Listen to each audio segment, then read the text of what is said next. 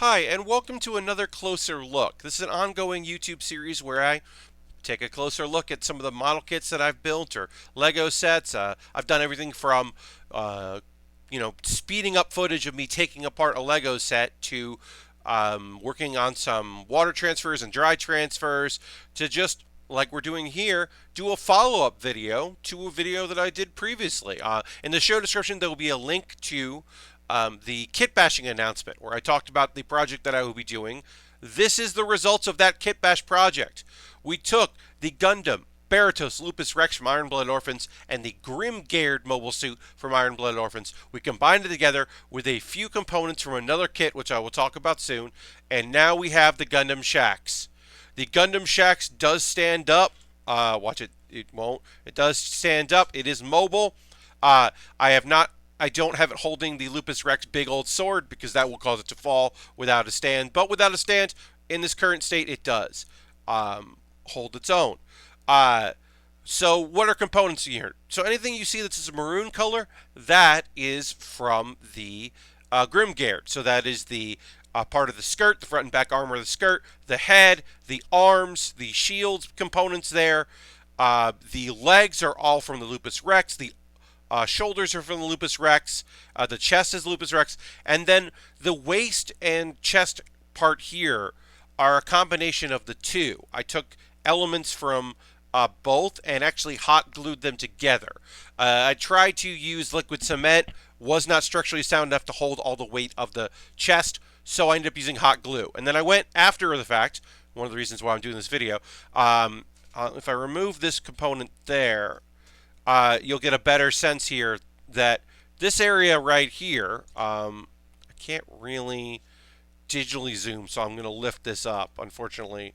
Or I can show it here. But basically, this area right here is held together in glue, right where my pointer is. And I have a piece of metal connecting the two inside it with a lot of hot glue keeping that in place. It's like a rod to kind of connect the two. Because the Grimgard and Lupus Rex, despite both being from Iron Blood Orphans, aren't as interchangeable as another Gundam would have been. Even the Vidar and the Lupus Rex might have been a better connector from Iron Blooded Orphans, but I'm having trouble reconnecting this with one hand, so I will use two hands. But I didn't run into an issue, so that was the biggest issue, was I wanted to use the different components and different parts here and there, and I couldn't just mix and match. If you're looking really close, if I took some Wing Gundam, the Wing Gundam and the Death Scythe, I could mix and match a lot of that, especially if I did high grade instead of the master grade, or in this case, the full mechanics. Because one of these kits isn't even a full mechanics. It came out before they used the name, but even though it shares it. So the other modification I made post-stream, there are three. There is the removal of some of the glue there, and then the second one is the use of blue tack, in this case blue stick. Now this is a product that I never really use. Basically, you take a tiny bit of it, you roll it out. It is both a putty and an adhesive. So a lot of people use this instead of, they use it in schools and instead of like tacks and things like that to adhere, or tape. It's good for walls that you want to, not stick pins in. Now in this case, it is a filler material that I'm using for the arms. Now, you may notice, if you know these kits, the shoulder component here is from the Lupus Rex, whereas the arm is from the Grimgard. So, to make that work, I took rubber connectors, removed the rubber connectors from the arms, and replaced them ones that would work with the shoulder piece. But they didn't quite fit into the shoulder, or the arm, I should say. So what ended up happening was these were very loose, and they would just kind of float around because the connector was loose. So what I did was, and I will show that off here, and you can see that it's still a little loose, but I removed it, the component, and I put in a bunch of blue tack all around it. And the blue tack has held it in place and made it a tighter fit, so this doesn't move as much. It still moves some, which is good because you do want movement, but it's not. They're not dangling like they were in a previous videos. and then the shoulder piece just goes and covers that up. And that's on both arms, and that's been very helpful. The other change I made since the streams is I attempted to do some dry transfers and some water transfers of the number 44, because that's the designation I gave this kit, is the 44th Gundam. Because Shax is the 44th Gundam in the Key of Solomon, which is the Grimoire where a lot of names, including Lupus Rex, come from. So that's why I picked Shax. It sounded like a cool name. I put it in there. But I didn't like how any of that worked. In the future, I would like to put a 44 here, like right there, I should say. You can see that. I like to put a 44 there and a 44 there. That is for the future.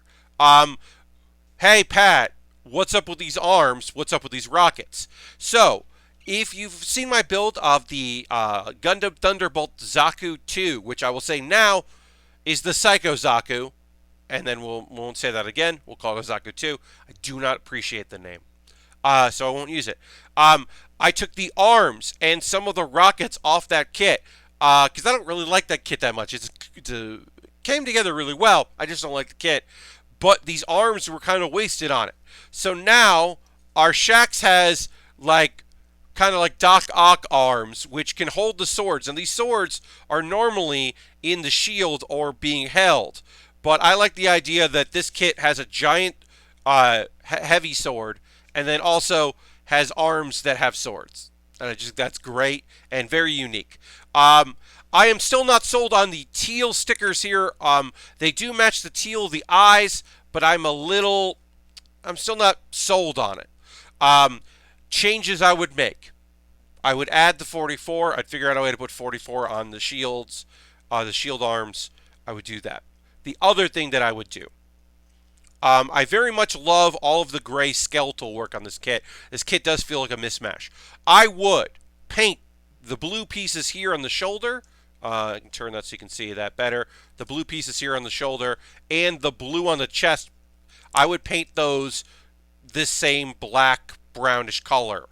Not brown, black, like gray. This like metallic color. I would paint that so it would match.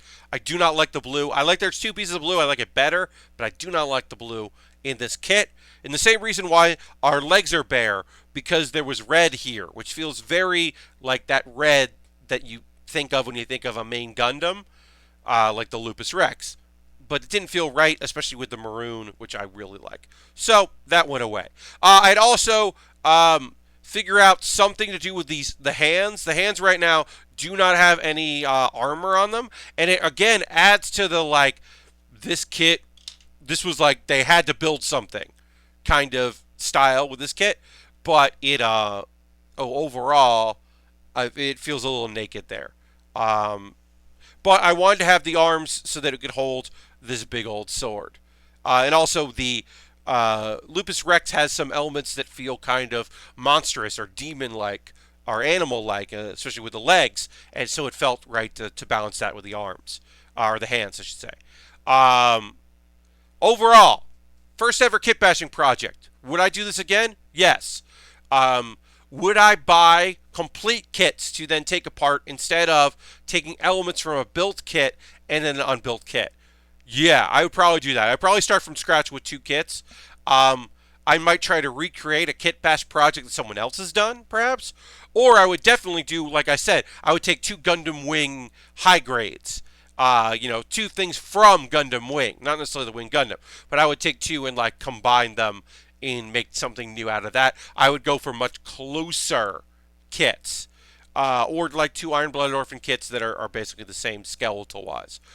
Because the biggest problem with this one was combining those 2 and kind of melding them together. It's structurally still sound, but I'd use hot glue, and that doesn't feel great.